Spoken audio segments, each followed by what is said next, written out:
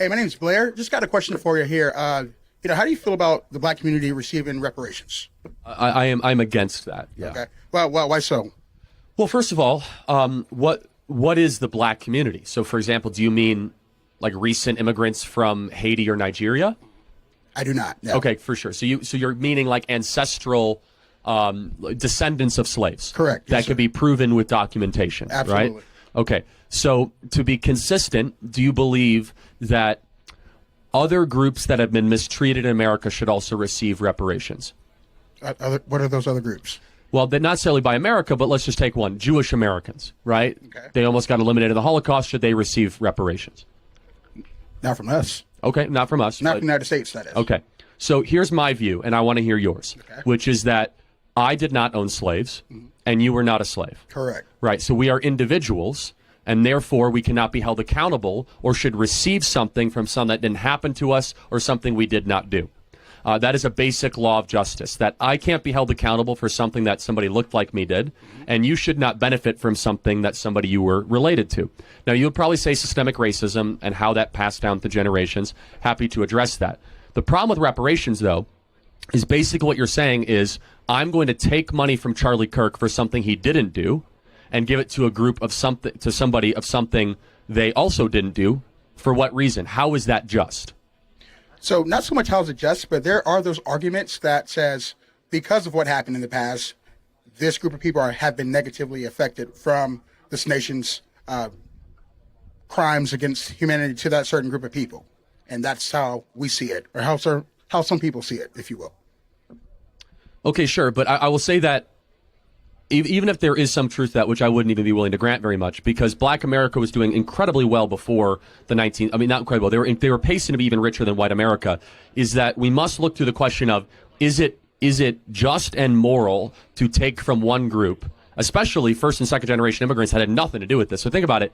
Your tax base would be taxing, like if anyone here is Irish or Polish and your family came 100 years ago, we would be taxing people that had nothing to do with it. And I'll go a step further. My family fought on the Union side of the Civil War.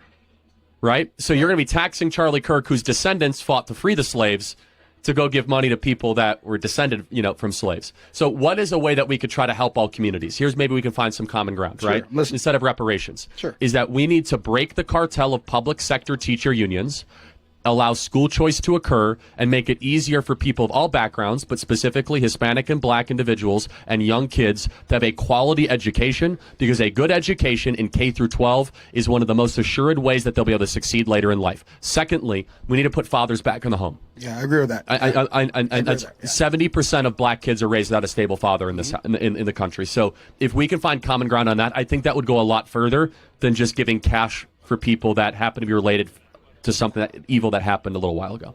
From universal slavery to equality in the 21st century. Why leave the past behind in Miami-Dade and build a shared future? What would happen if we looked at the full history of slavery not as what they did to me, or what others did, but as a human wound that permeated almost every civilization?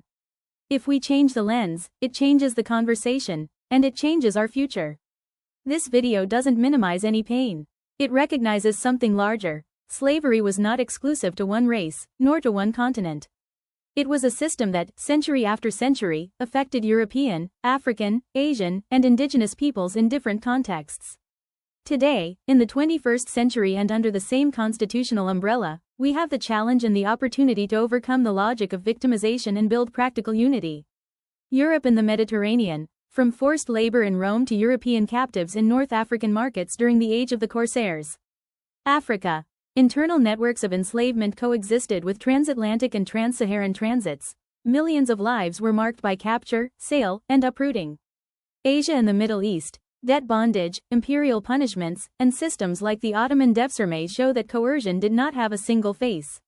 Native peoples of the Americas. Forms of servitude and forced labor existed before and after colonization. Conquest amplified them with new mechanisms and scales. If slavery was humane, the solution must also be humane. Memory without confinement, justice without revenge, and policies that close real gaps today. History is not an eternal bill of goods. It is a warning and a commitment. In a public dialogue between Charlie Kirk and Blair on reparations, one side maintained, no one alive was master or slave. Justice is individual, not hereditary. The other warned, historical wounds left lingering effects. A possible meeting point. Solutions that empower in the present, quality education, strong families, social mobility, rather than transfers that reopen gaps. Memory that unites. Museums, history centers, and curricula that include all voices. Operational equality. Clear rules, impartial treatment, public metrics for access to housing, employment, health, and safety. Schools that liberate. High expectations, real options for families, and paths to technical and university excellence. Civic bridges. Community councils that listen to everyone with the same intensity, without silos of identity. Data greater than stories. Prioritize programs that reduce measurable gaps in 12 to 24 months or are redesigned. Miami-Dade can be a national example if we embrace a double truth. Honor the past without living tied to it and correct today's inequalities with policies that work for everyone. We are not categories. We are people with dignity, talent, and a future. The most powerful reparation isn't a check, it's the ability to thrive together. Is this the guy you're calling a racist?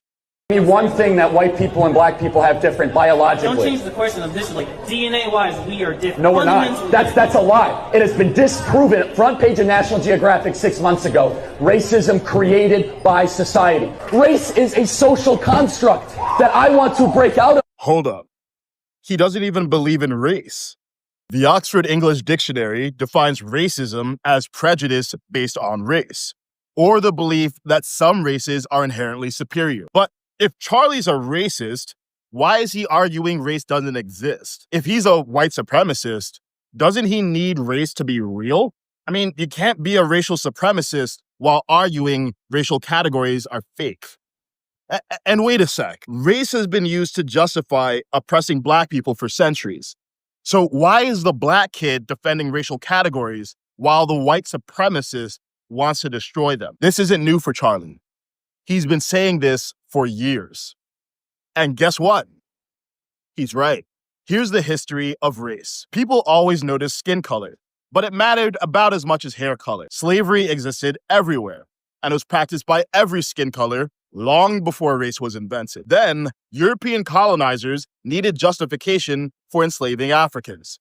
So, in the 1600s and 1700s, they invented racial hierarchy. The most influential framework came from Johann Blumenbach, a German doctor. He created the racial categories we still use today. Then, Georges Cuvier took Blumenbach's categories and ranked them, with white on top and black on the bottom. And racists ran with it. But here's the twist. Blumenbach never intended to create racial hierarchy. He was just trying to organize observable human characteristics, kind of like classifying plants. He believed we all have identical intellectual potential. He said differences came from environment and education, not biology, and those differences could evaporate over time. He was a devout Christian who believed we were all made equal. Sound familiar? Charlie Kirk consistently argued against racial categories and got called a racist. Yes, Charlie talked about race sometimes. He knew it was made up, but we live in a racialized culture. To change a culture, you must speak its language, especially when that culture keeps race alive through affirmative action and DEI. But most people never heard him in a long-form interview. Again, I hate this racialization stuff, but it's true. Too. They force the racialization card. For the record, of course, I don't look at people in terms of skin color, but when they start categorizing me and the young men that show up to my events as toxic because they breathe, you force the race card. I used to think Charlie was just confrontational with college kids for clicks. Then I listened to his full interviews. I realized he was fighting for hearts and minds in the battleground of ideas, and he was winning. That's why he was killed. And the tragic irony, Charlie believed in race less than many of the people calling him racist. We think we know someone from 60-second clips. We mix news with entertainment and call ourselves informed. We judge strangers from echo chambers. And that's part of the tragedy. Not just that we lost Charlie, that people can't tell the difference between hate speech and speech they hate. Fascist, racist. These words have been so overused, they've lost meaning, and it's causing a breakdown in society. I have a video essay coming out on this soon. Subscribe to my Substack so you don't miss it. Link below. If this perspective inspires insight and hope, share it, subscribe, and leave your comment. What concrete action do you propose to unite Miami-Dade County, from schools, neighborhoods, or your work? More local stories and solutions at newsmiamidade.com.